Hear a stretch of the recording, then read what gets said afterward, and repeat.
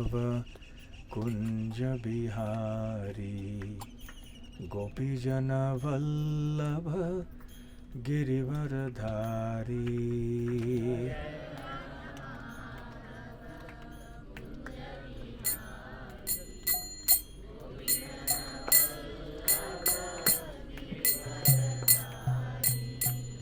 जय राधा माधव कुंज बिहारी गोपीजन वल्लभ गिरिवरधारी।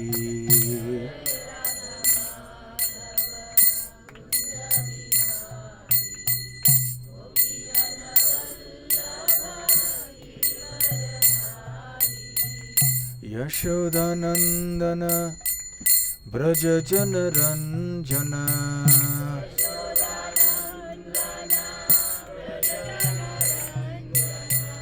यशोदानंदन ब्रज जन रंजन।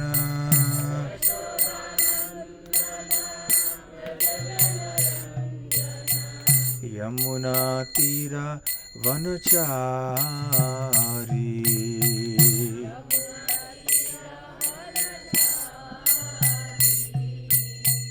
यमुना तीरा वनचारी।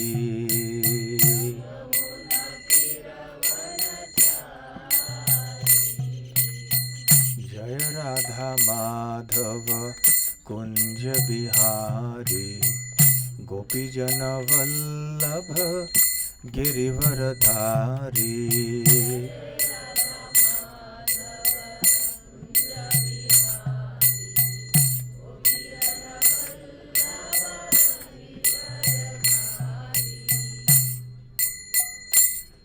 जय श्री कृष्ण चैतन्य प्रभु नित्यानंद श्री अद्वैत गदाधर श्रीवासादि गौर भक्तवृंद।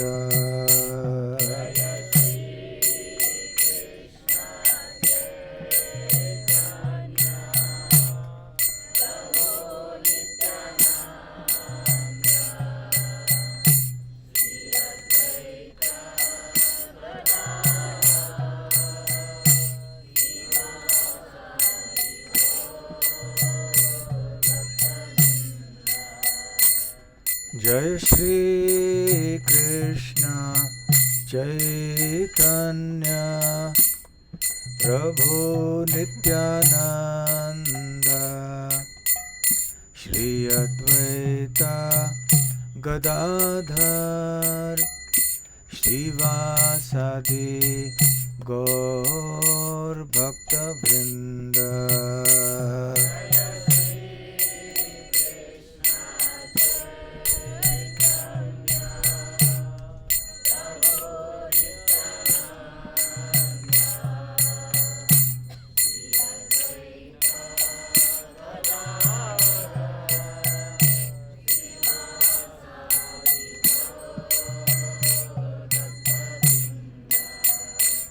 जय श्री कृष्ण चैतन्य प्रभु नित्यानंद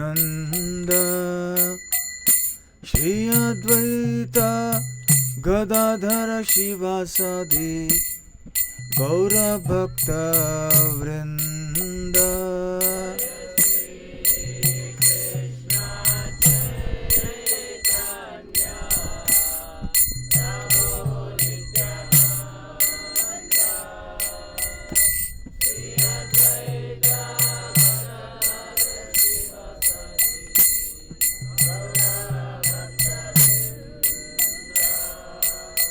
श्री कृष्ण चैतन्य प्रभु नित्यानंद श्री अद्वैत गदाधर शिवासादि गौर भक्तवृंद।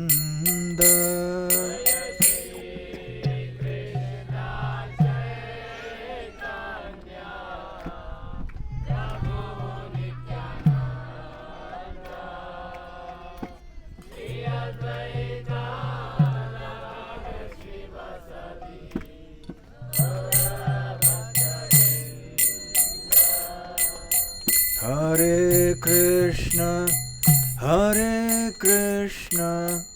Krishna Krishna, Hare Hare, Hare Rama,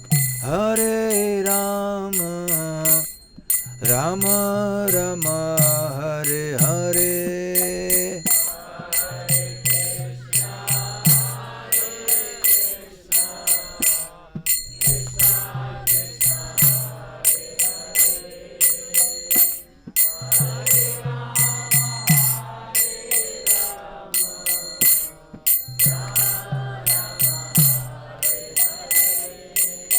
Hare Krishna, Krishna Krishna, Hare Hare, Hare Rama, Rama Rama, Hare Hare.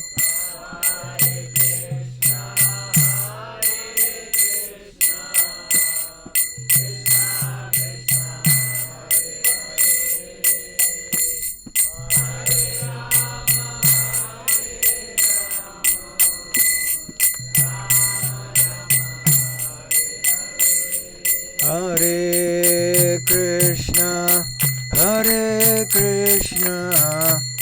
Krishna Krishna, Hare Hare, Hare Rama, Rama Rama, Hare Hare.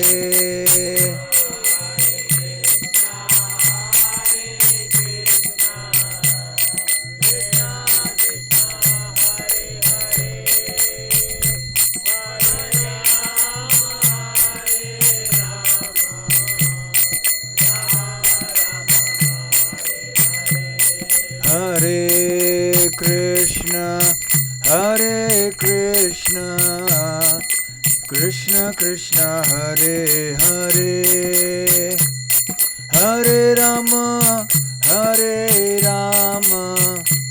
Rama Rama, Hare Hare.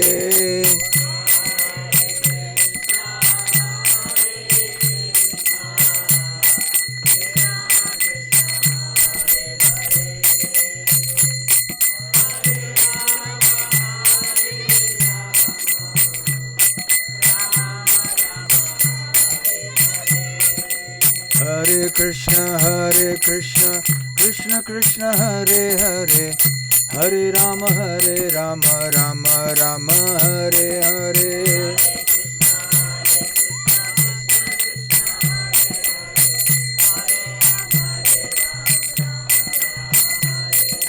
Hare Krishna, Krishna Krishna, Hare Hare, Hare Rama, Rama Rama, Hare Hare.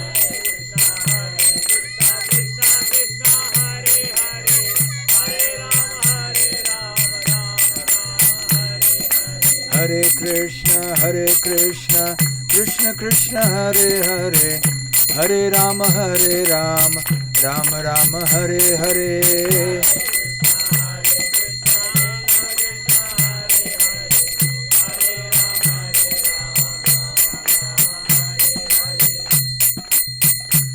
Jaya Radha Nila Madhava, Radha Nila Madhava Radhe.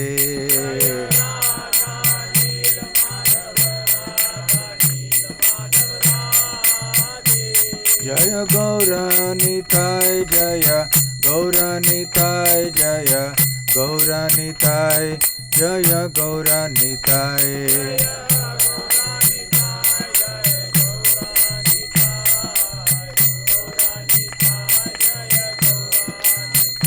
Jaya Jaya Prabhupada, Jaya Prabhupada.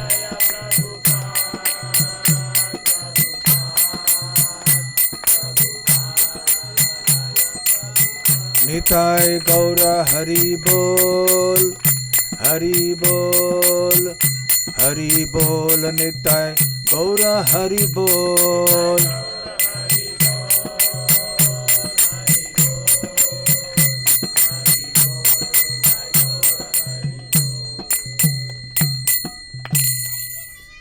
जय ओम विष्णुपाद परमहंस परिव्राजकाचार्य स्तोत्र सत his divine grace अभय चरणारविंद भक्ति वेदांत स्वामी श्रील प्रभुपाद की जय।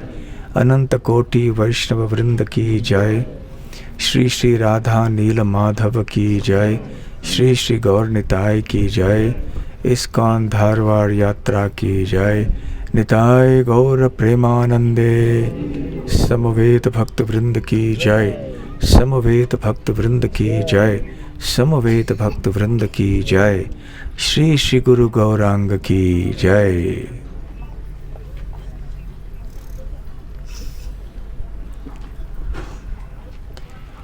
ओम अज्ञानतिमिरान्धस्य ज्ञानाञ्जनशलाकया चक्षुरुन्मीलितं येन तस्मै श्रीगुरवे नमः।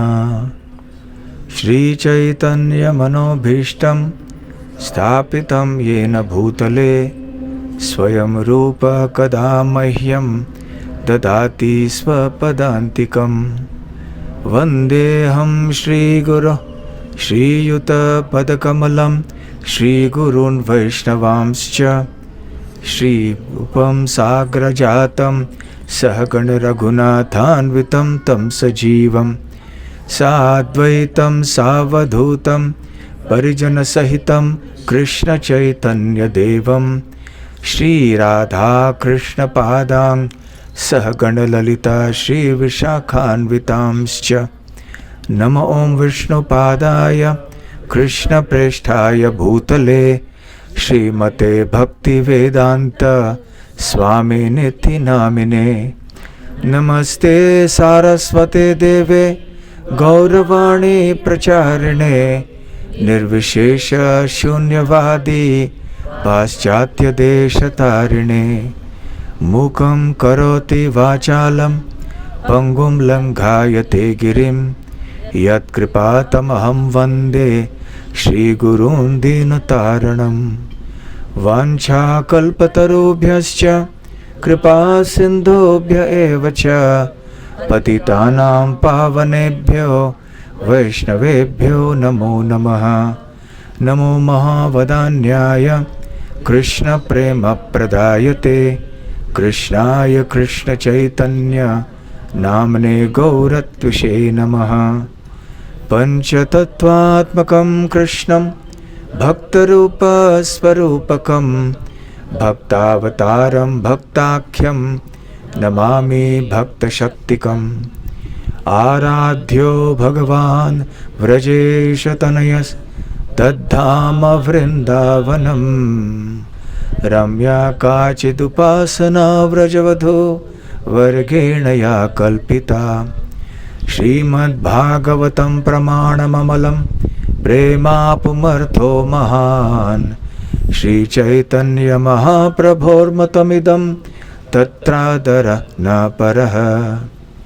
हे कृष्ण करुणा सिन्धो दीनबन्धो जगत्पते गोपेश गोपिका कान्त राधा कान्त नमोस्तुते।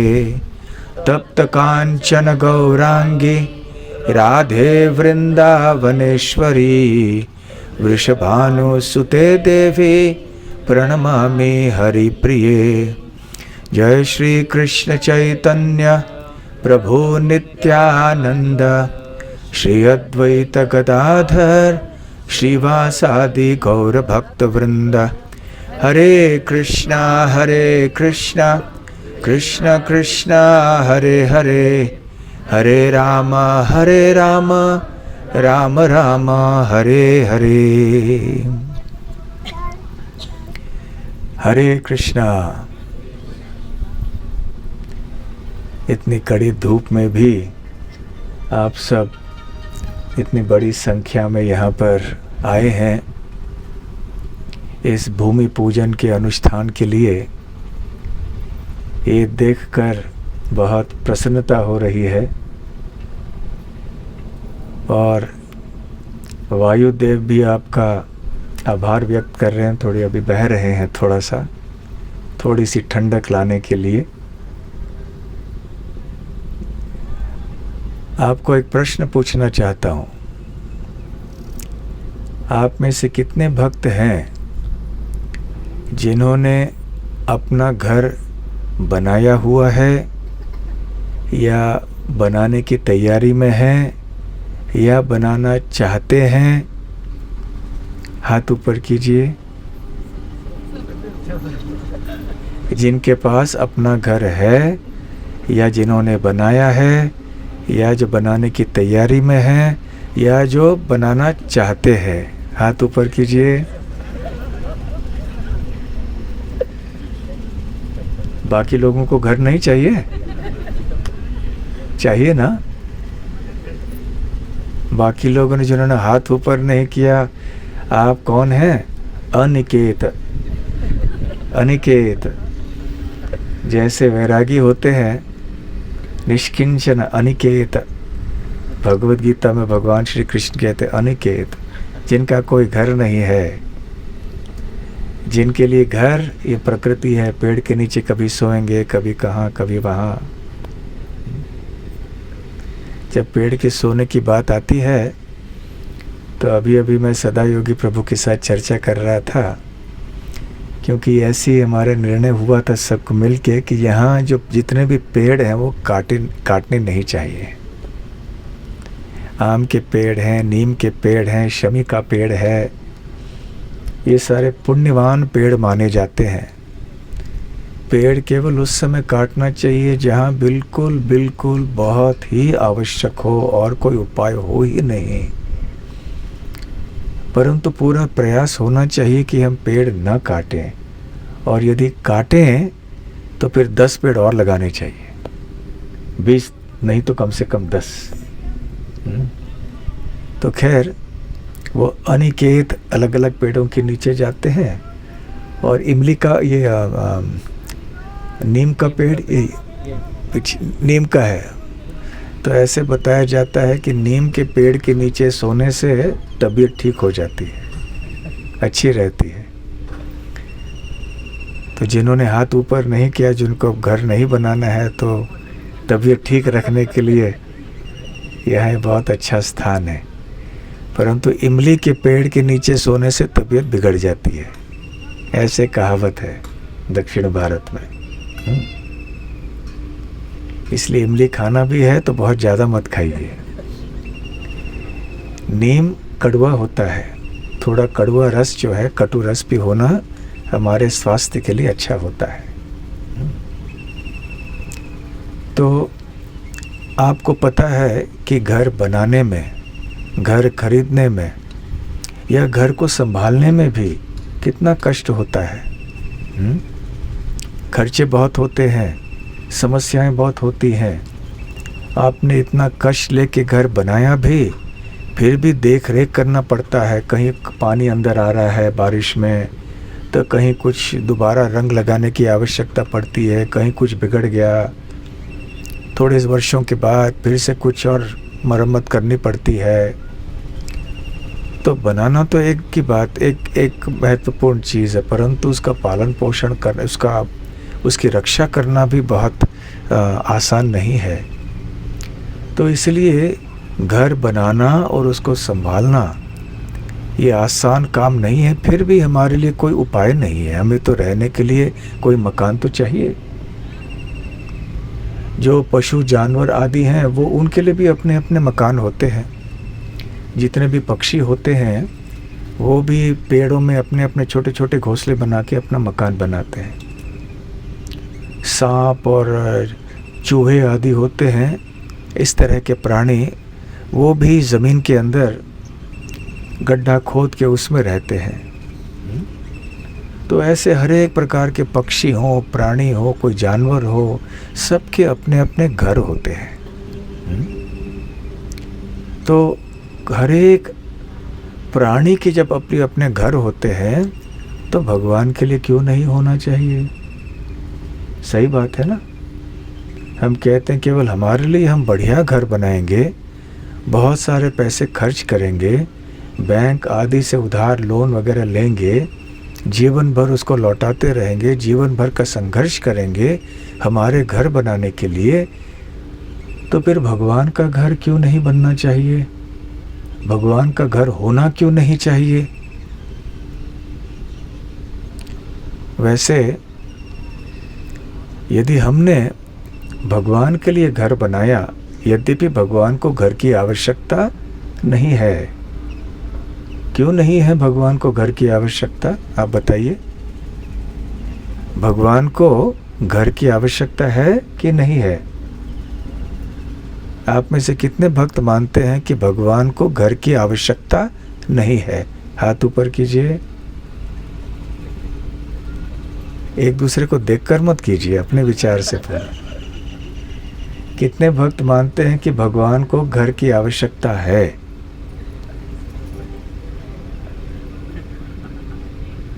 और तीसरा भी कोई उपाय है? उत्तर है? हाँ, है भी और नहीं भी। तो आपने हाथ ऊपर किया तो आपको हाथ ऊपर करने की जिम्मेदारी लेनी होगी, तो आपको सही उत्तर देना होगा। तो आप में से जिन्होंने ये बताया कि भगवान को घर की आवश्यकता नहीं है, तो वो घर की आवश्यकता क्यों नहीं है आपको समझाना होगा। तो किन्होंने हाथ ऊपर किया था? नहीं आवश्यकता। क्यों नहीं है बताइए? माइक है क्या? माइक चलेगा? नहीं चलेगा, ठीक है, बताओ। एक्चुअली भगवान का घर है गोलोक धाम में। हाँ, तो ये भौतिक जगत में वो भगवान उनके अव्यक्त रूप में रहते हैं, मगर भगवान का निज धाम है गोलोक का धाम की निज धाम का निज। तो सत्य मूर्ति प्रभु सत्य बता रहे हैं कि भगवान के धाम में उनका घर है, गोलोक वृंदावन में वैकुंठ जगत में उनका घर है।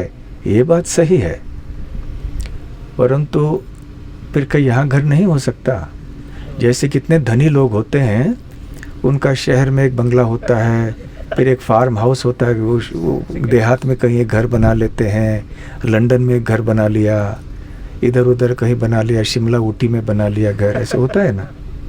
तो फिर भगवान का गोलोक वृंदावन में वैकुंठ जगत में घर है, सही है, परंतु यहाँ क्यों आवश्यक नहीं है? फिर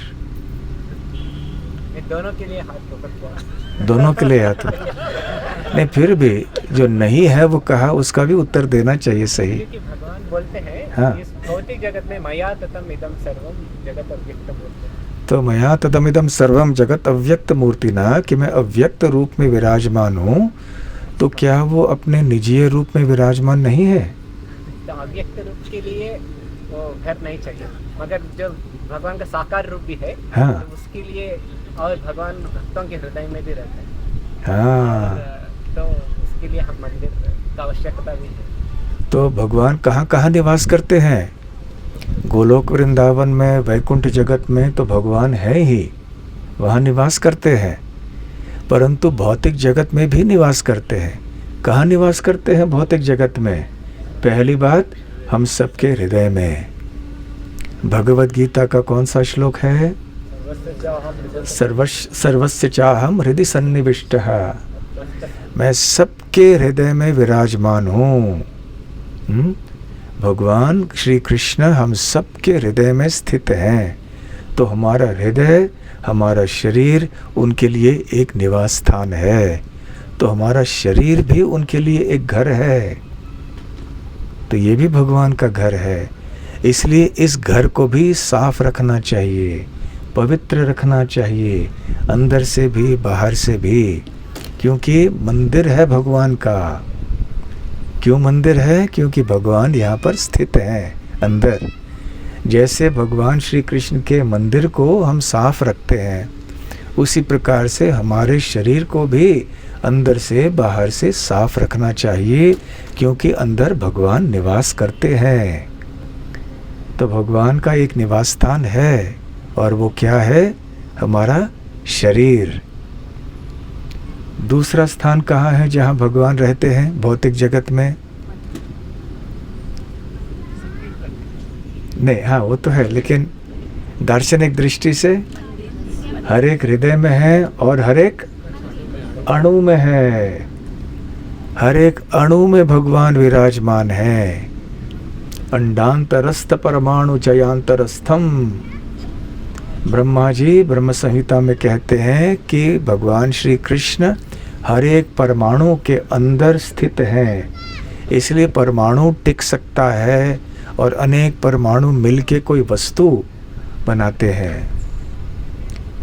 तो भगवान हर एक अणु के अंदर है, न केवल हमारे हृदय में। इसका मतलब है हमें हर चीज़ में भगवान को देखने का प्रयास करना चाहिए, इस तरह कि भगवान की शक्ति यहाँ विद्यमान है। और भगवान कहाँ निवास करते हैं? भगवान अपने नाम रूप में निवास करते हैं। जब हम नाम संकीर्तन करते हैं तो उस समय भगवान वहाँ पर उपस्थित होते हैं। चैतन्य महाप्रभु चैतन्य चरितामृत में कहते हैं कि मैं उन जगहों में सदैव उपस्थित होता हूँ जहाँ पे और नित्यानंद प्रभु नृत्य करते हैं और सच्ची माता भोग अर्पण करती हैं और श्रीवास ठाकुर के आंगन में जहाँ कीर्तन होता है, तो ऐसे स्थानों में चैतन्य महाप्रभु सदैव रहते हैं। तो नाम रूप में, ग्रंथ रूप में, कथा रूप में, प्रसाद रूप में अवश्य भगवान रहते हैं। परंतु जब उनके घर की बात करते हैं तो विशेष करके विग्रह की बात आती है, भगवान की श्री मूर्ति की बात। तो भगवान श्री कृष्ण इस भौतिक जगत में अनेक रूपों में प्रकट होते हैं। उनमें से एक रूप है श्री विग्रह, श्री मूर्ति। और जब भगवान की मूर्ति होती है तो मूर्ति के लिए भी हम घर, अच्छा घर देना चाहते हैं। जब अपने लिए हम इतने पैसे खर्च करके, इतना कष्ट लेके एक घर बनाते हैं, छोटा हो बड़ा हो, कभी कभी अनेक घर बनाते हैं, तो फिर भगवान के लिए एक अच्छा घर क्यों नहीं बनाए? फिर आपने क्यों कहा कि घर की आवश्यकता नहीं है भगवान को? आवश्यकता नहीं है, फिर भी भगवान के भक्त प्रेम के कारण उनके लिए घर बनाते हैं। तो ये आवश्यकता है। आवश्यकता किस बात की, किन के लिए? भगवान के लिए आवश्यक नहीं है उनके लिए घर बनाना, हमारे लिए आवश्यक है भगवान के लिए घर बनाना। जब हम भगवान के लिए सुंदर घर बनाएंगे, हमारे निजी घर से अधिक सुंदर, अधिक भव्य, तो इसमें हमारा भला होगा, भगवान का कोई भला नहीं होगा। भगवान तो अपने आप में स्थित हैं, आनंद में स्थित हैं, हम उनका क्या भला कर सकते हैं? परंतु जब हम भगवान के लिए सुंदर भव्य घर बनाते हैं तो इसमें हमारा भला होगा, तो हम भक्ति में आगे प्रगति करेंगे। कैसे भला होगा हमारा? भगवान के लिए हम मंदिर बनाएंगे तो हमारी भलाई कैसे होगी इसमें? कोई बताएंगे? हाँ, सेवा के लिए अवसर मिलेगा हमें। किस प्रकार की सेवा कर सकेंगे हम? भगवान को भोग अर्पण कर सकेंगे, भगवान का श्रृंगार कर पाएंगे, भगवान को की आरती उतार पाएंगे, भगवान के सामने उत्सव आदि मना पाएंगे, नाम संकीर्तन, कथा आदि सब भगवान की प्रसन्नता के लिए कर पाएंगे। नाना प्रकार से भगवान की सेवा कर पाएंगे। तो भगवान का जो अर्चा विग्रह है वो किस लिए है? भगवान ने अपना अर्चा विग्रह किस लिए स्वीकार किया है? भगवान मूर्ति रूप में क्यों प्रकट होते हैं बताइए? हाँ, लोगों को दर्शन देने के लिए, अच्छी बात है, और सेवा स्वीकार करने के लिए। किन की सेवा? किन की सेवा स्वीकार करने के लिए भगवान अर्चा विग्रह के रूप में आते हैं? भक्तों के सेवा के लिए। अभी आपसे एक प्रश्न पूछूंगा, आपसे भी शायद कभी किसी ने प्रश्न पूछा होगा, खास करके आप में से जो कॉलेजों में जाते हैं प्रचार करने के लिए, कई बार ये प्रश्न उठाया जाता है कि इतिहास में ऐसे कई घटनाएं हुई हैं जिनमें कोई अधार्मिक राजाओं ने आके मंदिरों को तोड़ दिया है। और कभी कभी विग्रहों को भी हानि पहुंची है। कभी कभी भक्तों ने विग्रहों को उठाकर दूसरी जगह ले गए। जैसे वृंदावन से जितने भी मूल विग्रह थे, राधा मदन मोहन हो, गोविंद देव हो इत्यादि, वो सब जयपुर या अन्य स्थानों में वो ले गए। कौन ले गए? उनके भक्त, उनके सेवक ले गए। तो कभी कभी विग्रहों को हानि भी पहुंचती थी। मंदिर तो कभी तोड़ देते थे वो लोग, और कभी कभी विग्रहों को भी हानि पहुंचती थी। तो यदि ऐसे विग्रहों को हानि पहुंची है, विग्रहों के घर को तोड़ा जा रहा है, तो इसके दो ही अर्थ हो सकते हैं कि विग्रह भगवान नहीं है, या तो फिर वो भगवान है परंतु भगवान सर्वशक्तिमान नहीं है, वो अपनी रक्षा नहीं कर सकते। इसलिए ये सब राजा आए, उन्होंने मंदिर तोड़ दिया। तो आप इसका उत्तर कैसे देंगे? आपको यदि कोई प्रश्न पूछे, आपने प्रश्न समझ लिया? यदि भगवान का विग्रह भगवान से अभिन्न है, भगवान की मूर्ति भी भगवान ही है, और भगवान ही मंदिर में उपस्थित है, और भगवान सर्वशक्तिमान है, फिर कोई आके उनके मंदिर को तोड़ कैसे सकता है? तो क्या इसका मतलब है कि जो आया है उस तोड़ने के लिए मंदिर, वो भगवान से ज़्यादा शक्तिशाली है? या फिर क्या ऐसा है कि जो मंदिर में है मूर्ति वो भगवान नहीं है? ऐसा है क्या? तो आप उत्तर क्या देंगे ऐसे यदि आपने किसी से प्रश्न पूछा तो? क्या बोलेंगे आप?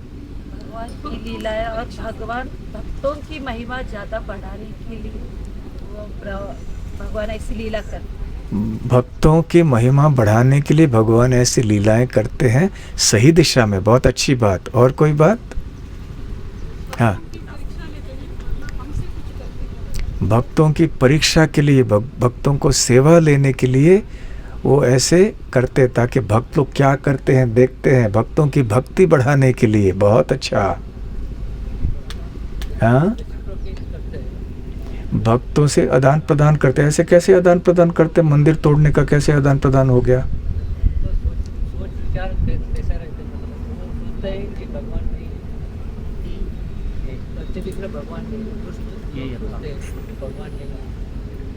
सुन नहीं पाया मैं। हाँ, कन्नड़ गोत्तिल्ला, हिंदी में बोलना पड़ेगा। तो हाँ, ये दो आपने बहुत अच्छे उत्तर दिए। एक कि भक्तों के लिए, भक्तों की सेवा स्वीकार करने के लिए ऐसे भगवान कभी कभी ऐसे अनुमति दे देते हैं, और दूसरे भक्तों की परीक्षा लेने की, ताकि वो और भगवान की रक्षा के लिए कुछ करें जिससे कि उनकी भक्ति बढ़ जाए। तो भगवान अपना श्री विग्रह का रूप लेते हैं। किन के लिए लेते हैं? भक्तों के लिए लेते हैं। अभक्तों को साबित करना कि मैं भगवान हूँ, इसके लिए नहीं। अभक्तों के साथ निपटाना है तो भगवान के लिए बहुत रास्ते हैं। एक हृदय का दौरा अंदर से करा सकते हैं, झट करके वो गिर जाएगा। हाँ, जो लोग ऐसे करते हैं उनको आगे चल के इसका दुष्परिणाम तो मिलता ही है, इसका दंड तो आगे चल के मिलेगा ही, क्योंकि उन्होंने भगवान का मंदिर तोड़ा या उसको हानि पहुंचाने का प्रयास किया। परंतु भगवान ऐसे विग्रह के रूप में आते हैं भक्तों के लिए, अभक्तों के लिए नहीं। ठीक है? तो भगवान आए हैं, तो भगवान अभी विराजमान है मंदिर में। तो हम जब भगवान के लिए मंदिर बनाते हैं, भगवान को आवश्यकता नहीं है, परंतु हम जब भगवान के लिए मंदिर बनाते हैं तो हमारा लाभ होता है, क्योंकि फिर भगवान की सेवा हम कर सकते हैं विविध प्रकार से। वहाँ पे इतने सारे लोग आ सकते हैं, वो भी भक्ति में जुड़ सकते हैं, भगवान से जुड़ सकते हैं। तो सारे दुनिया को भगवान से जोड़ने के लिए एक साधन हो जाता है, एक उपाय हो जाता है।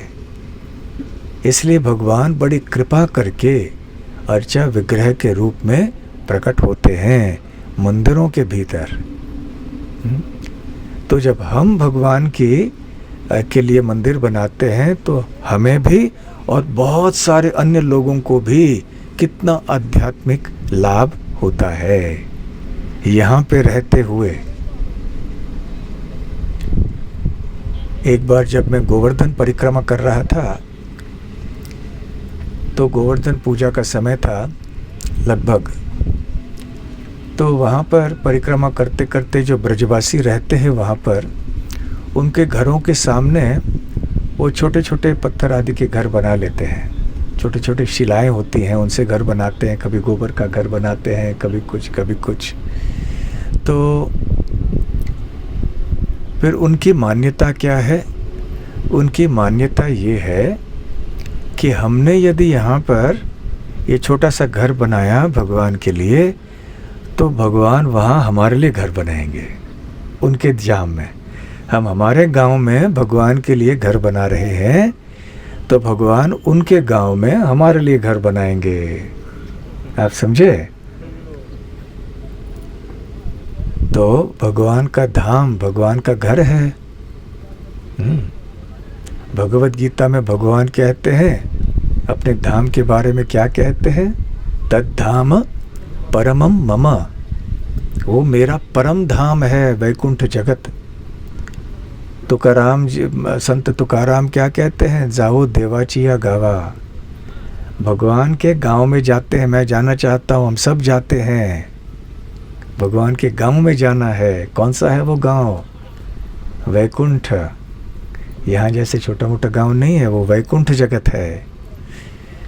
तो यदि हमारे गांव में धारवाड़ में हमने भगवान के लिए सुंदर मंदिर बनाया, भव्य मंदिर बनाया, उनके रहने के लिए अच्छी व्यवस्था की और उनके भोग के लिए, सेवा के लिए आदि हमने अच्छी व्यवस्था की, तो भगवान प्रसन्न होकर हमारे लिए उनके गांव में व्यवस्था करेंगे रहने के लिए। हालांकि भक्त की ऐसी गणना नहीं रहती, गिनती नहीं रहती है कि मैं भगवान की ऐसी सेवा करूंगा तो मुझे इतना लाभ मिलेगा। ये शुद्ध भक्ति नहीं है। शुद्ध भक्ति क्या है? जिसमें हम भगवान की सेवा करते हैं बिना किसी लाभ के, पुरस्कार की अपेक्षा के, निस्वार्थ भाव से जब हम भगवान की सेवा करते हैं, प्रेम भाव से, तब उसे शुद्ध भक्ति कहते हैं। यदि भगवान की सेवा करते करते हमारे मन में कोई स्वार्थ है कि मैं ऐसे करूँगा तो भगवान मुझे धन दे देंगे, भगवान मुझे रोग से मुक्त कर देंगे, तो उस हद तक हमारी भक्ति पूरी तरह से शुद्ध नहीं है। हाँ, आपातकालीन परिस्थिति में जब प्राण की रक्षा करने की बात आती है, यदि हमने भगवान को पुकारा, जैसे द्रौपदी देवी ने पुकारा था जबकि वस्त्र हरण भरी सभा में हो रहा था, तो ऐसे आपातकालीन परिस्थिति में भगवान को पुकारना यह कोई हमारे शुद्ध भक्ति पर दोष नहीं है। परंतु हर चीज़ के लिए मेरा पगार तनख्वाह बढ़ाओ, ऑफिस में मुझे, मेरे व्यापार में मुझे पैसे ज़्यादा दिलाओ, तो आज भारत क्रिकेट मैच जीत जाए, भगवान से प्रार्थना करो। हाँ, ये सब चीज़ें शुद्ध भक्ति नहीं है। ये सब चीज़ें हमारे भक्ति में दोष हैं। तो इसको मिलावट की भक्ति कहते हैं, अशुद्ध भक्ति, मिश्र भक्ति। मिश्र अर्थात इसमें मिलावट है। जैसे दूध है, जब आप बाहर से दूध लेते हैं तो निश्चित जानिए कि उसमें पानी मिला के भी आता है। जो आप जो दूध खरीदते हैं, अधिकतर कोई ऐसे होंगे यहाँ वहाँ जो शुद्ध दूध आपको देते हैं, पानी को मिलाते नहीं उसमें, परंतु अक्सर क्या होता है, दूध पानी मिलाकर देते हैं। तो आप जो दूध पीते हैं वो मिश्र दूध है, उसमें पानी की मिलावट है। थोड़ा बहुत लाभ होता है क्योंकि दूध भी है उसमें, तो थोड़ा बहुत लाभ मिल जाता है, परंतु पूरा लाभ नहीं मिलता जो कि पूरे 100% शुद्ध दूध से मिल सकता है। ठीक उसी प्रकार से जब हम मिश्र भक्ति करते हैं थोड़ा लाभ तो मिलता है क्योंकि भक्ति तो कर ही रहे हैं, परंतु पूरा लाभ नहीं मिलता जितना कि शुद्ध भक्ति करने से मिलता है। तो फिर भी जब भक्त ऐसी सेवा करता है भगवान के निस्वार्थ ढंग से, भगवान इतने ऋणी हो जाते हैं, इतने आभारी हो जाते हैं कि वो स्वयं भक्त के लिए अपने गांव में व्यवस्था करते हैं कि ये भक्त यहाँ पर हैं, इनके लिए मुझे घर की व्यवस्था करनी है। और वो मेरे धाम में आके मेरे साथ रहेगा, ये भक्त, ये मेरा पार्षद बनेगा। इस तरह से भगवान कृपा करते हैं। भक्त के न चाहते हुए भी, न पूछते हुए भी भगवान ऐसी व्यवस्था अपने भक्त के लिए प्रेम के कारण करते हैं। तो आप में से कितने भक्तों को ये भौतिक जगत में जन्म जन्मांतर तक रहना है? हाथ ऊपर कीजिए। एक भी हाथ ऊपर नहीं। ऐसा क्यों? तो क्या कारण है कि आप इस भौतिक जगत में जन्म जन्मांतर तक रहना नहीं चाहते हैं? क्या कारण है? दुख का जगह है, दुखालयम अशाश्वतम। भगवान श्री कृष्ण भगवत गीता में कहते हैं कि ये भौतिक सृष्टि दुख का घर है, निवास स्थान है, आलय है, और इस यहाँ सब कुछ क्षणभंगुर है, क्षणिक है, अधिक समय के लिए टिकता नहीं है। तो यहाँ पे जब दुख से भरा हुआ स्थान है, हम इतना परिश्रम करके जो भी कुछ बनाएंगे वो भी फिर नष्ट हो जाएगा या फिर हम ही नष्ट हो जाएंगे। तो फिर इतना परिश्रम करके लाभ क्या? एक बार इंद्रदेव, वो तो अपने नंदन कानन में स्वर्ग लोक में अपने दिव्य या स्वर्गीय भोग का आनंद ले रहे थे। नंदन कानन में बहुत सारी अप्सराएं हैं, सोमरस है, बहुत सुंदर बगीचे आदि हैं, बहुत स्वर्गीय भोग की व्यवस्था है।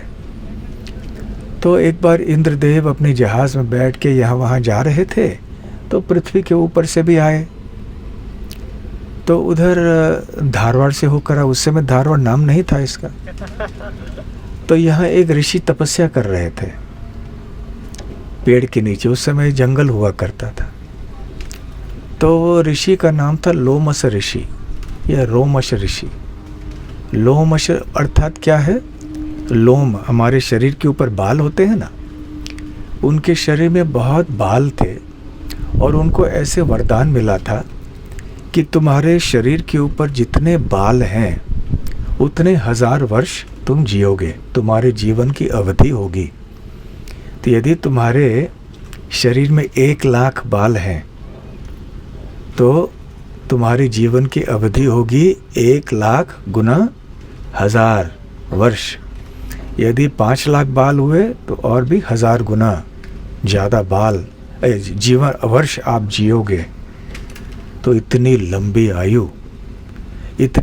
आयु होने के बाद भी ये शाश्वत जीवन नहीं है ना, अमरत्व तो नहीं है, ये मृत्यु भी होनी है कहीं ना कहीं, तो कभी ना कभी। तो इंद्रदेव जा रहे थे, उन्होंने लोमश ऋषि को तपस्या करते हुए देखा, तो धारवाड़ में उतरे और जाके लोमश ऋषि के सामने नमस्कार करके कहने लगे, क्योंकि इंद्रदेव के हृदय में थोड़ा गर्व था कि मैं स्वर्ग का राजा हूँ, मेरे पास इतना धन है इत्यादि, और मैं इतना पुण्यवान हूँ, मैं दान भी दे सकता हूँ इत्यादि। तो लोमश ऋषि के पास में आके कहने लगे कि मुनिवर, आपके पास कोई घर भी नहीं है, आप एक ऐसे पेड़ के नीचे रहते हैं, तो मैं आपके लिए एक घर बना सकता हूँ, आपने घर क्यों नहीं बनाया अपने आप के लिए? तो लोमश ऋषि ने कहा कि देखो, जीवन यहाँ भौतिक जगत में सब कुछ क्षणिक है, क्षणभंगुर है, थोड़े समय के लिए हम जीते हैं, फिर हमारा जीवन समाप्त हो जाता है। जीवन की अवधि कितनी लंबी है, इतनी ही है।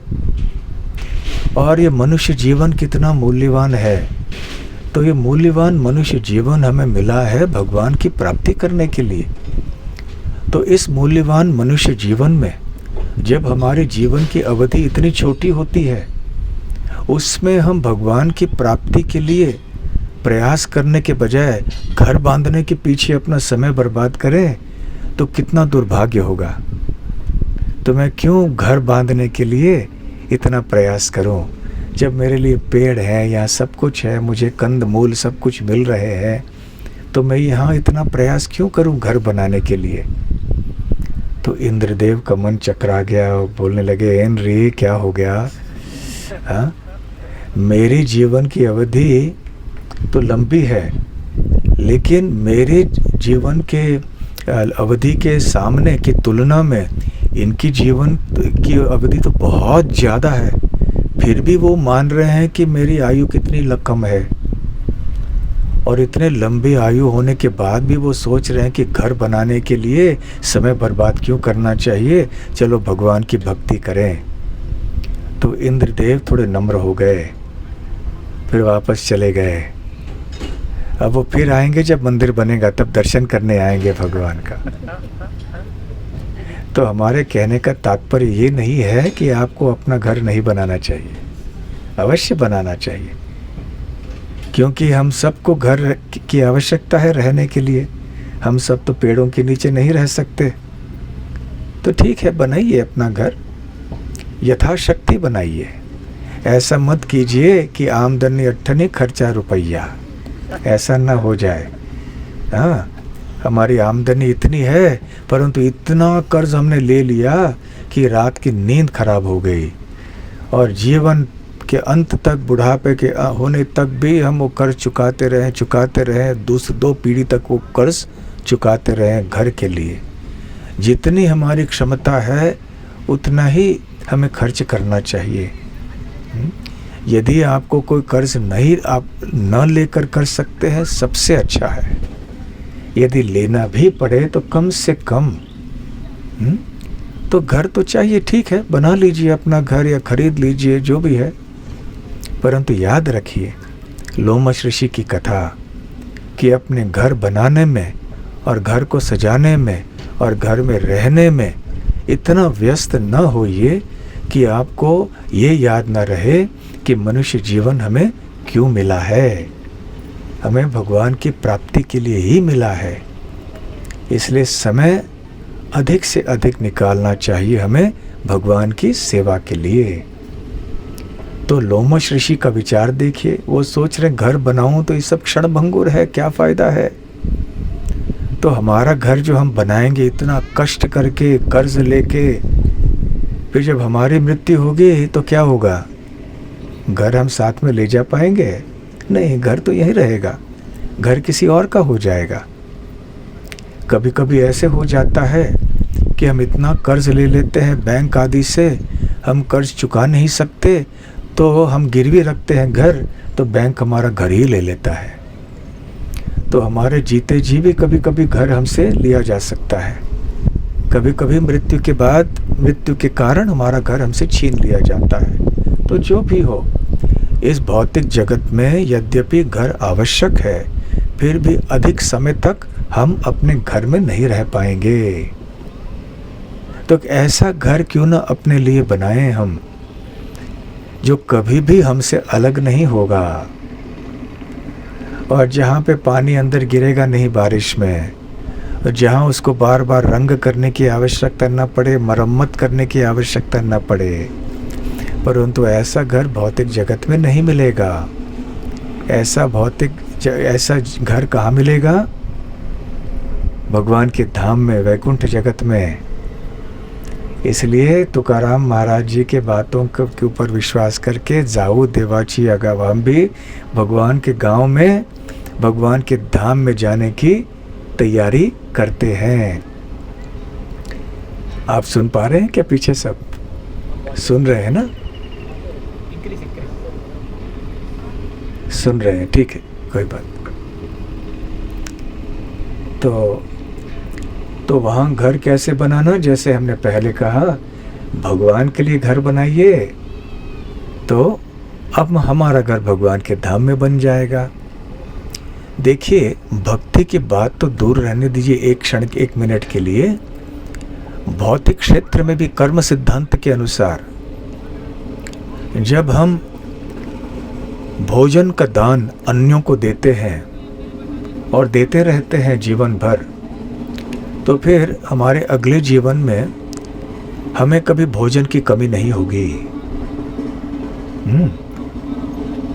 हमने यदि ऐसे कोई कर्म किए, जैसे जो गरीब लोग हैं उनके लिए कोई हमने व्यवस्था कर दी, उनको घर बना के दिया, तो अगले जीवन में हमें भी घर मिलेगा। अच्छा, हम एक घर के बिना नहीं रहेंगे कर्म सिद्धांत के अनुसार। ये सब भौतिक क्षेत्र की बात चल रही है। यदि हमने लोगों को दवाइयाँ दी, बांट दी आगे चल के, तो फिर आगे चल हमारे आने वाले जन्म में भी जब हम बीमार पड़ेंगे तो हमारे लिए वैद्य और दवाइयों की कमी नहीं होगी, व्यवस्था होगी, क्योंकि हमने इस जन्म में अन्यों के लिए व्यवस्था की है। तो इस प्रकार से जैसे हम यहाँ पुण्य कार्य करते हैं वही चीज़ें लौट कर आती हैं।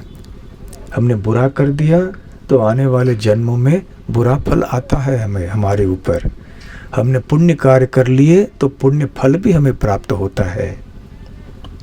परंतु हमने दवाइयाँ दी किसी को इस जन्म में, और आने वाले जन्म में हमें दवाइयाँ मिल गई आवश्यकता पड़ने पर, फिर भी हम तो बीमार होते जाएंगे ना। बीमारी समाप्त नहीं हुई, केवल बीमारी के समय दवाई मिलेगी, उतना ही है।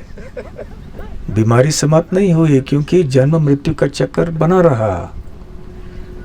उसी प्रकार से हमने आज पैसे का दान दे दिया, हमें पैसे मिल जाएंगे, पैसे मिलेंगे, लेकिन फिर भी पैसों को छोड़ के जाना पड़ेगा मृत्यु के समय।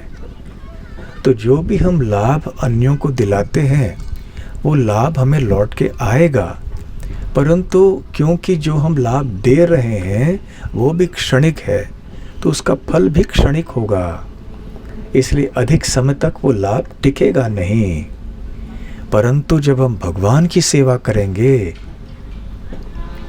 और भगवान की सेवा का संदेश, भगवान की भक्ति का उपदेश हम अन्यों तक पहुंचाएंगे, तो जो लाभ हमें मिलेगा वो अविनाशी होगा।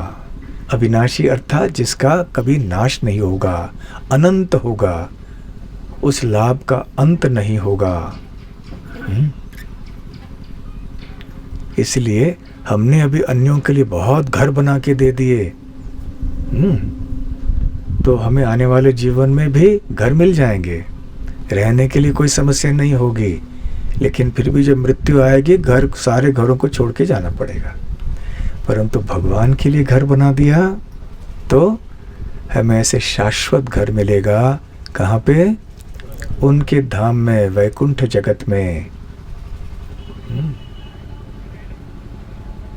तो ये लाभ है, देखिए। इसलिए भगवान के मंदिर का होना इतना आवश्यक है। कई बार लोग ऐसे कहते हैं, भगवान तो सब जगह है, तो मंदिर में क्यों जाना चाहिए? ऐसा लोग पूछते हैं। आप में से कितने भक्तों ने ऐसा तर्क दूसरों से सुना है?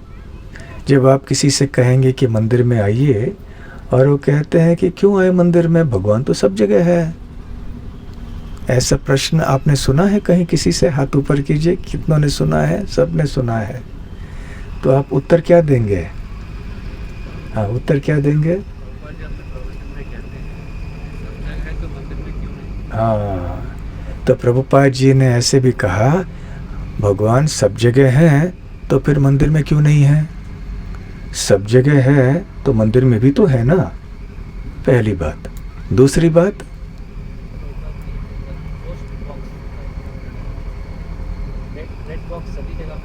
हाँ,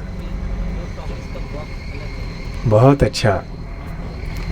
तो प्रभुपाद जी ने एक दृष्टांत दिया था, एक उपमा दी थी कि जब आप एक चिट्ठी लिखते हैं और डाक के डब्बे में आप डालते हैं, लाल रंग का होता है, तो अधिकृत ऐसे डाक के डब्बे में डालेंगे तो डाकिया आके उसको पत्रों को ले जाएगा, डाकघर में ले जाएगा, फिर वहाँ से वो अपने गंतव्य तक पहुँचेगा। जिसके नाम पे आपने पत्र लिखा है वो पत्र उसको पहुँच जाएगा। परंतु आप रास्ते में पड़े हुए किसी भी डब्बे में आपके पत्र को डाल दिया, भले वो लाल रंग का क्यों ना हो, तो आपका पत्र क्या गंतव्य तक पहुँचेगा? नहीं, क्योंकि वो जो डब्बा है वो सही डब्बा नहीं है, वो अधिकृत नहीं है। केवल जो डाक विभाग का डब्बा है लाल रंग का, उसमें डालने से ही पहुंच जाएगा आपका पत्र वहाँ। तो ठीक उसी प्रकार से हम किसी भी पत्थर को उठाकर हम सोचेंगे ये भगवान है, ऐसा नहीं, ये भगवान की शक्ति है। अवश्य पत्थर हो, कोई पेड़ हो, सब भगवान की शक्ति है, परंतु उनकी स्थापना करके उनकी आराधना करना ये केवल विशेष करके भगवान के श्री विग्रह के लिए है। तो भगवान का श्री विग्रह एक ऐसे रूप है भगवान का जो उन्होंने स्वीकार किया है। किसके लिए? हमारी सेवा स्वीकार करने के लिए। वो एक अधिकृत रूप है। हम जब वहाँ प्रार्थना करेंगे, सेवा करेंगे उनके चरणों में, तो उन तक पहुँचता है। और एक बात ये है कि यदि, हाँ बोलो। भगवान सर्वत्र है, मगर हम क्या भगवान को सर्वत्र देखने का हम सक्षम हैं? हाँ, बहुत अच्छा, बहुत अच्छा। तो एक सत्य बात कही सत्यमूर्ति प्रभु ने कि जो आज उस लोग कहते हैं कि भगवान सब जगह हैं तो मंदिर में क्यों आए, ऐसे कहने वाले लोगों को हमें उत्तर देना चाहिए, भगवान अवश्य सर्वत्र है, सब जगह उपस्थित है, परंतु क्या आप भगवान को सब जगह देख सकते हैं? यदि आप भगवान को सब जगह देख नहीं सकते, आप सक्षम नहीं हैं, आपकी क्षमता नहीं है, आपकी इतनी आध्यात्मिक ज्ञान बुद्धि नहीं है, तो फिर ऐसे कहने से क्या फ़ायदा? तो फिर आइए मंदिर में, और मंदिर में भगवान श्री कृष्ण विराजमान है, उनका दर्शन कीजिए। और जब हम ये कहते हैं कि भगवान सब जगह हैं, परंतु कैसे सेवा कैसे करेंगे उनकी? भगवान सब जगह, हवा में भी हैं, तो कैसे सेवा करेंगे हवा में भगवान को स्थित होने? जब मंदिर में भगवान को देखते हैं, उनका सुंदर रूप है, उनका श्रृंगार है, माताएं हैं, भगवान के लिए वस्त्र सिला सकते हैं, उनके लिए आभूषण बना सकते हैं, फूलों की माला बना सकते हैं, जो पुजारी है उनकी आरती आदि श्रृंगार सब कर सकते हैं। कितने लोग आके भगवान के सुंदर रूप का दर्शन कर सकते हैं। तो ये सारे लाभ होते हैं जब भगवान अपने मंदिर में स्थित होते हैं, इसलिए मंदिर का ये इतना लाभ है। और क्या लाभ है मंदिर के? मन शांत होता है। हाँ, जब आते हैं हमारा मन शांत होता है। हमारा मन शांत हो जाता है मंदिर में आके। ठीक है, अच्छी बात है। और हाँ,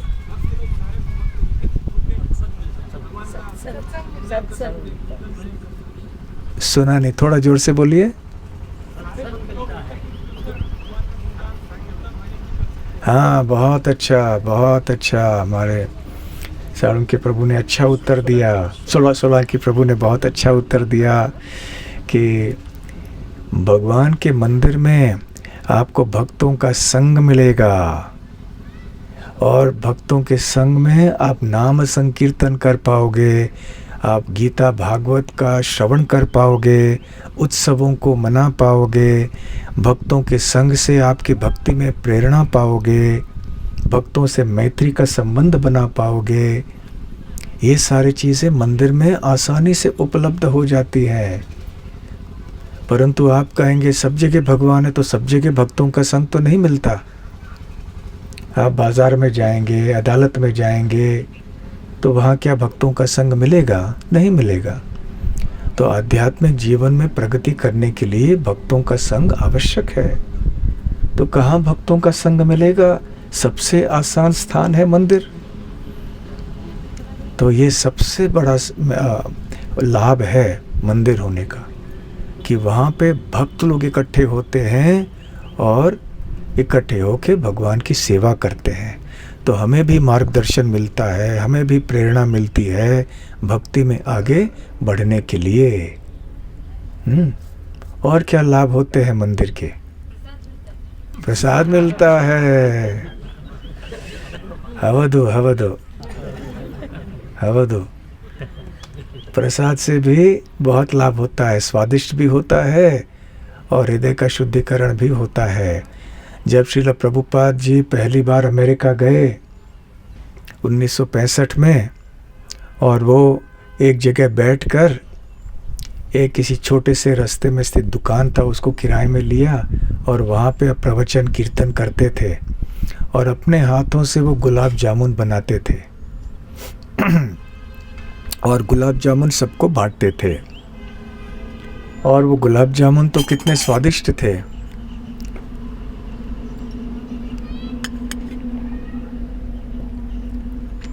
और वो भी एक शुद्ध भक्त जब बनाते हैं और भक्ति भाव से उसको अर्पण करते हैं भगवान को, तो वो प्रसाद, महाप्रसाद भगवान का जो कितना स्वादिष्ट होता होगा।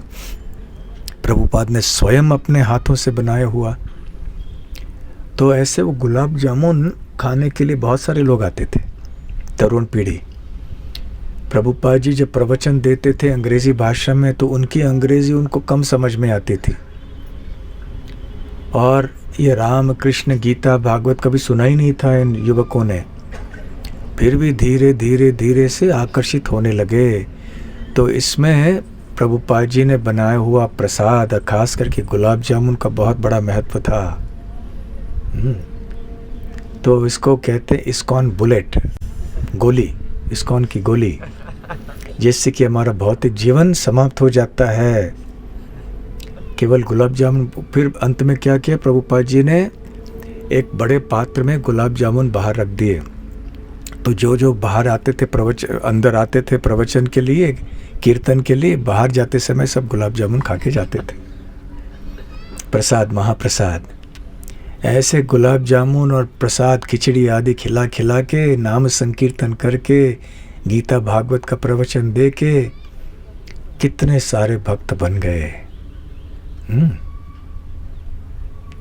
जब प्रसाद की बात आती है, याद रखिए, जब आप किसी ऐसे व्यक्ति को मिलते हैं और आप उनके साथ भगवान के बारे में बात करते हैं और वो आदमी बहुत ज़्यादा तर्क करता है, बहस करता है, बिना वजह फिजूल की तर्क करता है, आपसे झगड़ा करता है, भगवान है ही नहीं, किसने देखा है भगवान को। इस तरह के लोग भी होते हैं ना। आप मिले हैं कभी ऐसे लोगों को? बिना वजह आपसे आके झगड़ा करेंगे कि तुम मंदिर में जाते हो, क्या लाभ है, कहाँ है, क्या प्रमाण है, भगवान है। तो ऐसे लोगों से ज़्यादा बहस नहीं करना चाहिए।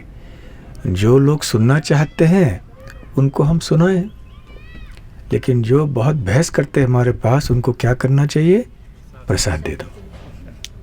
प्रसाद मुंह में रहेगा, बोल नहीं पाएगा ना, फिर वो तर्क नहीं कर पाएगा और प्रसाद खा खा के उसका हृदय शुद्ध हो जाएगा। तो मंदिर में आएंगे तो प्रसाद भी मिलेगा, ये भी बहुत सही बात है। तो इस तरह से प्राचीन काल से वैदिक सभ्यता में मंदिरों का बहुत बड़ा महत्व हुआ करता था। बहुत सारे लोग, सारे समाज के लोग आते थे। हर गांव में मंदिर का होना अनिवार्य होता था। चाणक्य पंडित कहते कि हमें ऐसे गांव में कभी नहीं रहना चाहिए जहाँ पे मंदिर ना हो, जहाँ पे नदी ना हो। ठीक है, नदी यहाँ हो या ना हो, परंतु कृष्ण प्रेम की नदी बहाते रहे हम। नाला है इधर, ठीक है, उसको नदी बना दीजिए थोड़ा। लेकिन मंदिर तो है और आएगा, यहाँ प्रकट होगा बहुत शीघ्र यहाँ पर। तो इसलिए ऐसे मंदिरों का होना लाभदायक है और मनुष्य मानवीय सभ्यता के लिए बहुत ही आवश्यक है। तो हम सब मिलजुल के इस सुंदर मंदिर को यहाँ बनाएं। भले बहुत बड़ा भी न हो, इतना विशाल गगनचुंबी न भी हो, कोई बात नहीं, यथाशक्ति हमें हम मंदिर बनाएंगे, राधा नील माधव वहाँ विराजमान रहेंगे, गौर निताई भी रहेंगे, और आप सब आएंगे नियमित रूप से, यहाँ पे कीर्तन करेंगे, भजन करेंगे और कथा सुनेंगे, भगवान का दर्शन करेंगे, और हाँ, प्रसाद भी पाएंगे। और धारवाड़ के कितने लोग यहाँ पर आएंगे। तो आप सब बहुत भाग्यशाली है कि यहाँ इस स्थान में एक सुंदर मंदिर का निर्माण होना है। तो आप सब मिलजुल कर सदा योगी प्रभु और उनके साथ में जितने भक्त अभी बहुत तीव्रता से परिश्रम कर रहे हैं, इनकी सहायता कीजिए, आप भी मदद कीजिए ताकि शीघ्रातिशीघ्र यह मंदिर प्रकट हो जाए। क्रमशः होगा।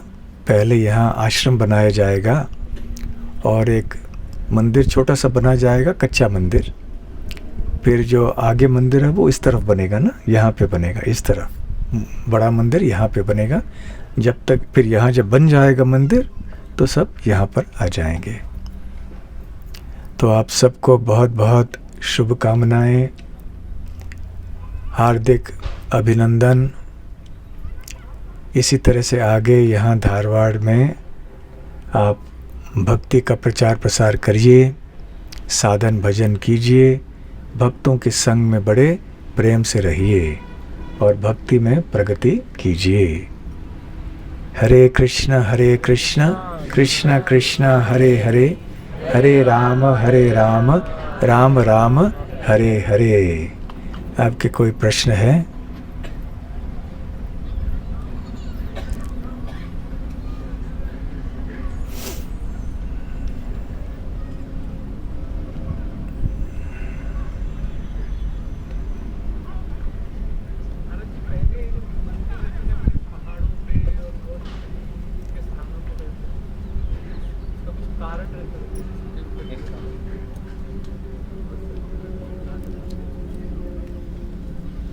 पहले मंदिर पहाड़ों पे हुआ करते थे। हाँ, मंदिर अलग अलग स्थानों में पाए जाते थे। जैसे तिरुमला में पहाड़ के ऊपर है ना, पहाड़ के पर्वत के ऊपर है तिरुमला, तो वहाँ जाना पड़ता है। जब पहले तो लोग चढ़ के जाते थे, गाड़ियाँ तो नहीं थी। तो कई मंदिर ऐसे होते हैं जो बहुत जंगल के अंदर होते हैं, कोई पहाड़ों के ऊपर होते हैं। पर कई मंदिर ऐसे होते हैं जो कि शहर के अंदर होते हैं, गांव के अंदर होते हैं, ताकि वहाँ रहने वाले लोग मंदिरों का लाभ ले सकें। तो दोनों जगह ऐसे मंदिर पाए जाते हैं और होने भी चाहिए। हाँ, मंदिर बनाना ज़्यादा इम्पोर्टेंट है या मंदिर बनाना ज़्यादा महत्वपूर्ण है या भक्त बनाना? दोनों का संबंध है गहरा। भक्त बनाना अधिक महत्वपूर्ण है, परंतु जब भक्त बनेंगे तो फिर वो सत्संग करेंगे कहाँ? जब भक्तों की संख्या कम होती है तो फिर ठीक है, कहीं भी छोटे स्थान में बैठ के कर सकते हैं, पेड़ के नीचे भी कर सकते हैं, या छोटे से किराए की जगह में जाके रह के भी कर सकते हैं। परंतु जब भक्तों की संख्या बढ़ेगी, बहुत सी सेवा करनी होगी, तब धीरे धीरे मंदिर की आवश्यकता पड़ने लगेगी। फिर भक्त लोगों की संख्या बढ़ते बढ़ते ही सारे भक्तों से ही दबाव आएगा, चलो मंदिर बनाएंगे, फिर मंदिर बनेगा। फिर जब मंदिर बनेगा तो भक्त लोग और लोग आकर्षित होंगे, वो भी आएंगे, वो भी भक्त बन जाएंगे। उद्भव मूर्ति और प्राण प्रतिष्ठापन हुआ मूर्ति, इसमें कुछ अंतर है? उद्भव अर्थात स्वयंभू। हाँ, जैसे तिरुपति का स्वयंभू, उनको स्वयंभू बोलते हैं, जो अपने आप निर्मित हो गए। तो न कोई अंतर तो है नहीं। भगवान के श्री विग्रह है, भगवान का श्री विग्रह है। भले स्थापना की विधि या प्राकट्य की विधि अलग भी क्यों न हो, परंतु भगवान का विग्रह यदि प्रमाणिक रूप से स्थापित किए गए हैं और उनकी सेवा सही तरह से हो रही है, तो अवश्य भगवान और उस विग्रह में कोई अंतर नहीं है। लेकिन बड़ा मंदिर बनाने के बाद भी हमें याद रखना चाहिए, ये बात सही है कि हमने मंदिर बनाया है या बनाना चाहते हैं भक्तों के लिए, और नए लोग भी भक्त बन जाएं इसके लिए, और ताकि भगवान की सेवा सुचारू रूप से वहाँ पे हो जाए सबके लिए। तो ये बात भूलना नहीं चाहिए। हमारा उद्देश्य केवल ईंटों से नहीं है, पत्थरों से नहीं है कि ईंटों का पत्थरों का हम कुछ बना के फिर हम प्रचार करना भूल जाएं, कथा करना भूल जाएं, नाम संकीर्तन करना भूल जाएं। ऐसे नहीं होना चाहिए। भक्ति और भी जोरदार होनी चाहिए हमारी। ठीक है, और कोई बात? हाँ जी। आजकल क्या हो गया, सब लोगों के पास मतलब एक आराम सब मिल रहा है, अपने मतलब जॉब करते हैं, पैसा तो रहते हैं, घर बार सब अच्छे से बना के रखते हैं। उन लोग को भक्ति में लाना बहुत मुश्किल हो रहा है, प्रयास करना।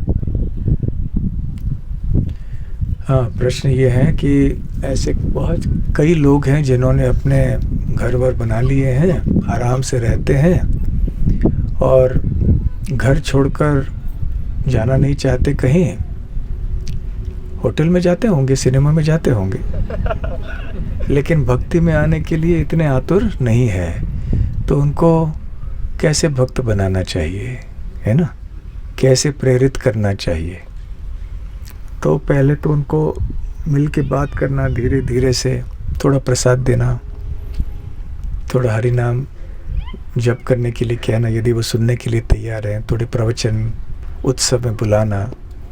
और जब मंदिर की स्थापना हो जाएगी तो फिर बुलाना आसान हो जाता है कि अब सुंदर मंदिर है, आइए। तो उनके साथ बात कर करके धीरे धीरे से उनको प्रेरित किया जा सकता है। परंतु उनके भाग्य में यदि नहीं है तो फिर आपके कहने पर भी वो नहीं मानेंगे। तो फिर सही समय जब आएगा उनका, जब भी आएगा वो, तो तब आएंगे वो। हमारा काम है प्रयत्न करना, भगवान का संदेश लोगों तक पहुंचाना। फिर उसको स्वीकार करना या नहीं करना वो लोगों के हाथ में। आए तो ठीक है। तो अभी कीर्तन करें थोड़ा और फिर प्रसाद। आपने प्रसाद की बात की ना, देखिए 2-2 बार अभी प्रसाद, सुबह अभी अभी लिया, अब तुरंत प्रसाद। वो तो मंदिर के निर्माण के पहले से ही ऐसे है, तो निर्माण के बाद क्या होगा? और एक आधा घंटा है प्रसाद के लिए। आधा घंटा है प्रसाद के लिए, ठीक है। हाँ, और प्रश्न है?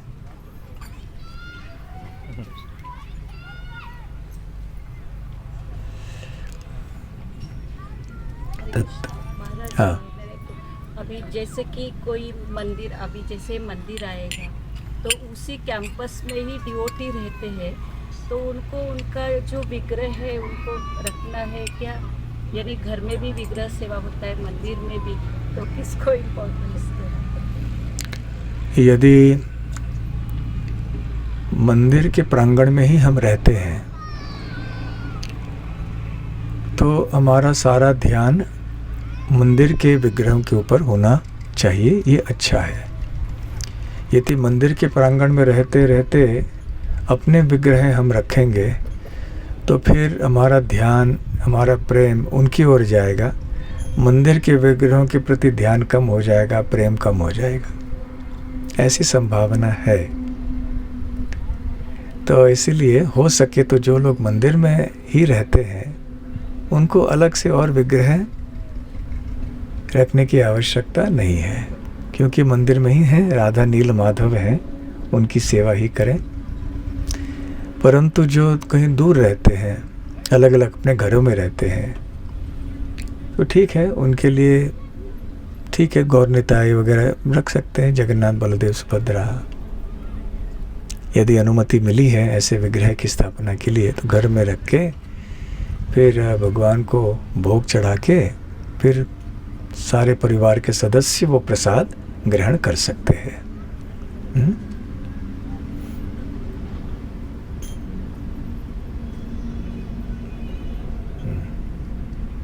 हाँ, नहीं माइक नहीं है, नहीं चलता है। तो महाराज जब मंदिर स्थापन करना है तो कुछ आवश्यकता के अनुसार हमें पहले आश्रम करना पड़ता है, क्योंकि हमारे पास एक साथ इतना धन नहीं है कि पूरा सारा व्यवस्था करे और एक साथ मंदिर में शिफ्ट हो जाए। ऐसा एक के बाद एक प्रकल्प लेने पड़ते हैं, और वो एक आवश्यकता भी है, और प्रचार के लिए भी धीरे धीरे जैसी आवश्यकता है उसके अनुसार हम प्रकल्प लें। मगर कभी कभी ऐसा लगता है कि क्या यह हमारा स्वार्थ है कि हम अच्छी तरह से रहेंगे, आश्रम बनाएंगे और भगवान का कभी भी आए मंदिर चलेगा, आराम से करेंगे भगवान के लिए। तो किस दृष्टिकोण से इसको देखना चाहिए? ठीक है, तो प्रश्न ये है कि हम पहले आश्रम बना रहे हैं, फिर बाद में भगवान का मंदिर बनाएंगे। तो क्योंकि धन पर्याप्त मात्रा में इस समय उपलब्ध नहीं है, तो एक साथ मंदिर आश्रम नहीं बना सकते, तो क्रमशः बनाएंगे एक के बाद एक। तो क्या ये सही है, या क्या ये एक स्वार्थ है कि हम अपने लिए अच्छी व्यवस्था कर देंगे फिर भगवान के लिए बाद में बनाएंगे? तो क्या ये गलत विचार है? तो इसका उत्तर ये है कि गलत नहीं है। पहली बात तो आपने स्वयं कही कि धन राशि इतनी उपलब्ध नहीं है कि हम मंदिर भी, आश्रम भी और अन्य चीज़ें जो भी यहाँ रहेंगी उनको एक साथ बनाने के लिए, पहली बात। दूसरी बात, यदि मंदिर बन भी जाए तो मंदिर में भगवान की सेवा करेंगे कौन? मंदिर में रह के भगवान की रक्षा करने के लिए, भगवान की सेवा करने के लिए, जो यहाँ भक्त लोग अतिथि आदि आएंगे उनका देखभाल करने के लिए, यहाँ कार्यक्रम आदि करने के लिए भक्तों की आवश्यकता है। तो सेवक को पहले वहाँ हाजिर होना चाहिए। सेवक पहले रह के सारी तैयारी करे, फिर भगवान को निमंत्रित करे। रामानुजाचार्य के एक भक्त थे, उनके शिष्य थे, जिन्होंने कहा कि मैं आपके पहले वैकुंठ जाना चाहता हूँ। क्यों? क्योंकि जब आओगे वहाँ तो आपका स्वागत करने के लिए हम रहेंगे, है ना। तो उसी तरह से भगवान यहाँ आएंगे, तो जब आएंगे तो यहाँ भक्त लोग रहने चाहिए उनका स्वागत करने के लिए। तो इसमें कोई दोष नहीं है। तो क्रमशः ऐसे बनाया जा सकता है। और आज जो भूमि पूजन हुआ, ये क्या है? ये भूमि पूजन, भूमि पूजन अर्थात क्या होता है? कोई बता सकते हैं क्यों किया है भूमि पूजन? हाँ, अनुमति ले रहे हैं। किनकी अनुमति ले रहे हैं? भू माता की अनुमति ले रहे हैं। ठीक है, क्योंकि हम भू माता के ऊपर ही निवास करते हैं, भूमि देवी के ऊपर ही हम मंदिर बनाना चाहते हैं। उनकी अनुकंपा से ही, उनकी कृपा से ही हम जी सकते हैं।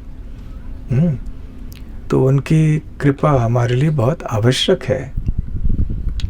तो भूमि पूजन, जिस भूमि पे भगवान के मंदिर की स्थापना होनी है, वहाँ पे जाके हम भूमि देवी से प्रार्थना करते हैं कृपा के लिए कि वो आशीर्वाद प्रदान करें। और क्या कारण है भूमि पूजन का? हाँ, कृमि है वो दूसरी जगह पे जाके रहने के लिए, यहाँ जो कंस्ट्रक्शन जो हो रहा है, हाँ, उनकी तकलीफ ना हो कि आप दूसरी जगह पे जाके निवास करें। बहुत अच्छा, क्योंकि यहाँ पे इस भूमि में भी बहुत सारे कीटाणु, ये वो बहुत कुछ रहते हैं। तब उनसे भी क्षमा याचना करते हैं। आपको कष्ट हो, अभी हम यहाँ निर्माण कार्य कर रहे हैं और आपके निवास स्थान में हमने उथल पुथल कर दिया, तो आपको कष्ट हो रहा है, तो क्षमा कीजिए। हो सके तो आप किसी दूसरे स्थान में जाके रहिए, वहाँ पे जैसे वहाँ है बहुत जगह है, आप वहाँ रह जाइए। हाँ, या कहीं रहिए आप, आपको कष्ट भी ना हो, या हो तो थोड़ी क्षमा भी चाहते हैं, ये भी एक कारण है। बहुत अच्छा। और क्या कारण है? अगर किसी दुष्ट से कैसी शक्तियाँ? दुष्ट शक्तियाँ हों, कोई नकारात्मक या दुष्ट शक्तियाँ इस स्थान में हों तो उनको भी हटाने के लिए ऐसे भूमि पूजन किया जाता है। क्योंकि इसके पहले यहाँ क्या हुआ, कितने साल हो गए, लाखों साल, हज़ारों साल हुए होंगे, कितने लोग यहाँ रहे, उन्होंने क्या क्या यहाँ पे किया होगा, हमें पता नहीं। तो उनका प्रभाव या अलग अलग शक्तियों का प्रभाव यहाँ पर हो सकता है। तो भूमि पूजन करने का और एक उद्देश्य ये है कि जितने भी नकारात्मक और दुष्ट शक्तियाँ यहाँ पर हुई भी होंगी, हो सकता है नहीं भी हुई होंगी, लेकिन हो तो वो वहाँ से हट जाएं, मिट जाएं, ताकि एक बहुत मंगलमय वातावरण निर्माण हो। तो ये और एक कारण है, दुष्ट शक्तियों का निवारण करना और एक मंगलमय वातावरण की स्थापना करना। यहाँ पर मंगलमय वातावरण में ही फिर ऐसे पवित्र व्यक्ति, परम पवित्र भगवान को निमंत्रित किया जा सकता है।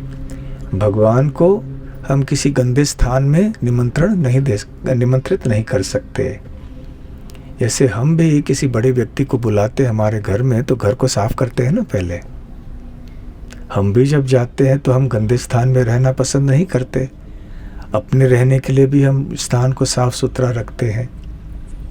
तो भगवान को बुलाएंगे तो कितना साफ रखना चाहिए, पवित्र हर दृष्टि से रहना चाहिए।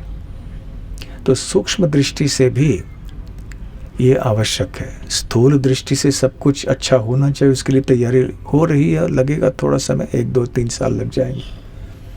परंतु सूक्ष्म दृष्टि से भी इसका शुद्धिकरण होना, पवित्र होना ये आवश्यक है।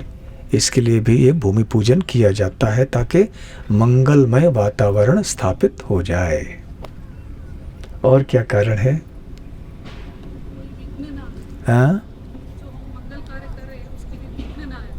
हाँ, जो हम मंगल कार्य करेंगे उनमें कोई विघ्न न आए, जो कोई नकारात्मक शक्ति से संबंधित वो न रहे। यहाँ पे वास्तु पुरुष जो होते हैं, जब शिल्प शास्त्रों में बताया गया कि हर चीज़ में वास्तु पुरुष का महत्व है, तो वास्तु पुरुष सही दिशा में रहें, वो संतुष्ट रहें, शांत रहें और वो भी सहयोग प्रदान करें ताकि यहाँ जो भी निर्माण कार्य होने वाला है वो उनके अनुसार हो जाए और वो उसमें हमारी सहायता करें, मदद करें। ये सारे कारण हैं। ठीक है, इसलिए भूमि पूजन किया जाता है। वास्तु शांति, भूमि पूजन और फिर मंदिर की स्थापना होते समय फिर अनंत शेष भगवान को नीचे रखा जाता है ताकि वो सारे मंदिर को धारण कर सकें। शेष क्या करते हैं? धारण करते हैं। अनंत कोटि ब्रह्मांडों को धारण किया हुआ है शेष भगवान ने, और हर एक ब्रह्मांड के भीतर भी जितने भी ग्रह या लोक हैं उनको भी शेष भगवान ने धारण किया हुआ है। ये भगवान की ओजस शक्ति है। कौन सा श्लोक है भगवत गीता का? गाम आविश्य च भूतानि धारयामि अहम ओजसा।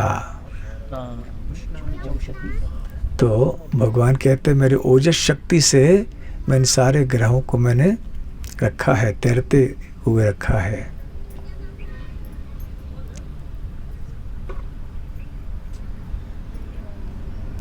ठीक है। तो थोड़ा और प्रश्न है? हाँ, नाम भी है भागवत श्रवण, इसलिए श्रवण करने के लिए बहुत आतुरता है। अवश्य। महाराज जी, एक बार हम जब कार्यक्रम उत्सव मनाते हैं तो अनेक बार, क्योंकि हमारा मंदिर बहुत छोटा रहता है तो बाहर में हम मनाते हैं ताकि ज़्यादा लोग आकर भाग लें। और हम अनेक बार जो मंदिर के विग्रह हैं उनको हम लेके जाते हैं। तो क्या ये सही है? क्योंकि प्रभुपाद के समय में जब एक दृष्टांत थे कि जगन्नाथ बलदेव सुभद्रा जब स्थापित नहीं किए थे, फिर भी जब भक्तों ने उनको गार्डन में लेके गए सैर कराने के लिए, तो बीच तो प्रभुपाद ने उनको मना किया कि मंदिर के विग्रह हैं तो उनको बाहर नहीं लेके जाने, तो इसके बारे में आप क्या कहना चाहेंगे?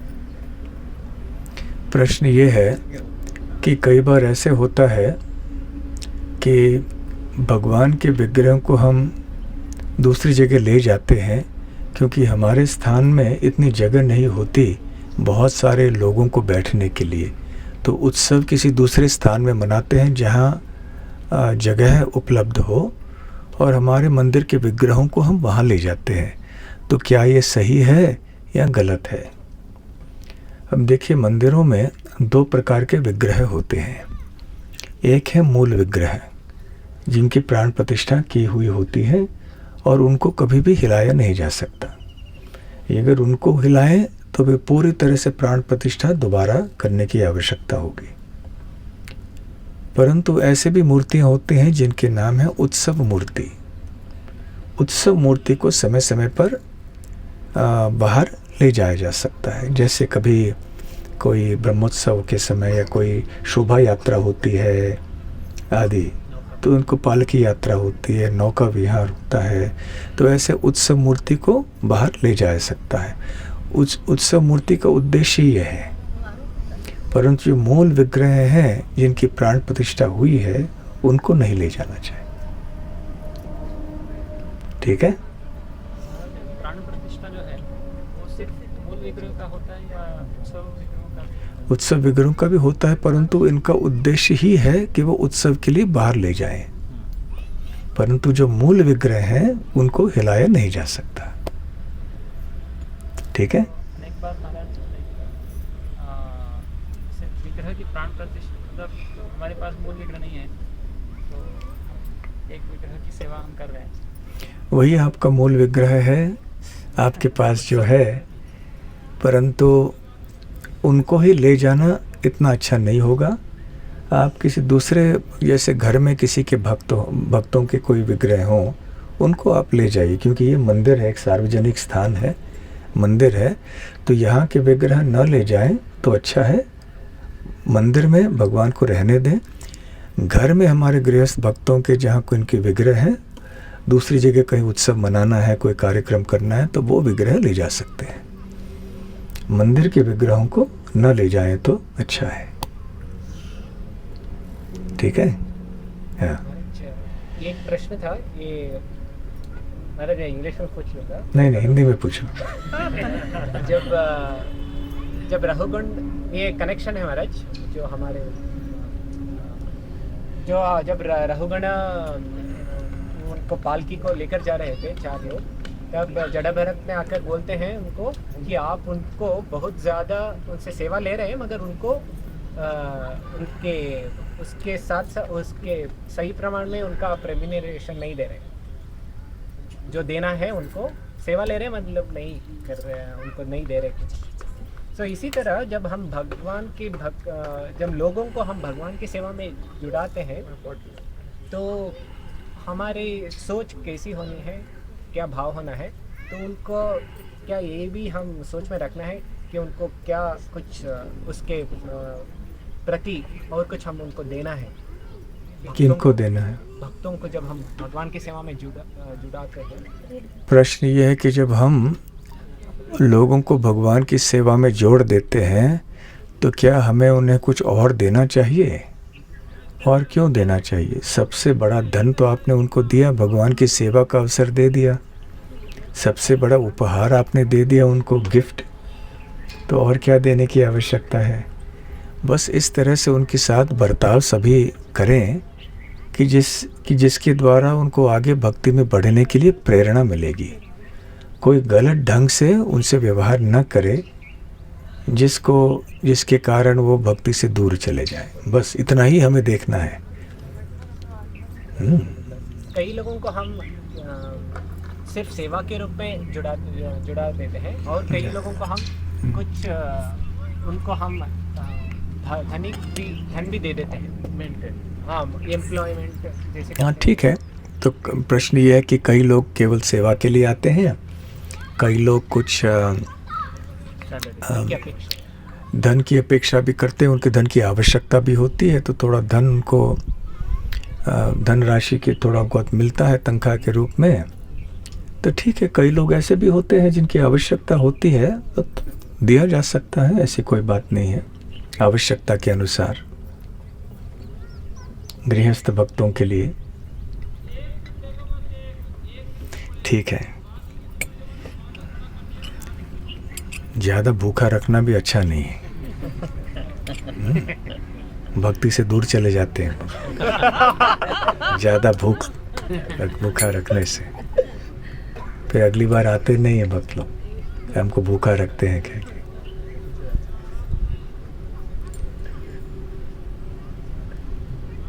हाँ, अर्चा विग्रह की सेवा में अलग अलग विधियां होती हैं।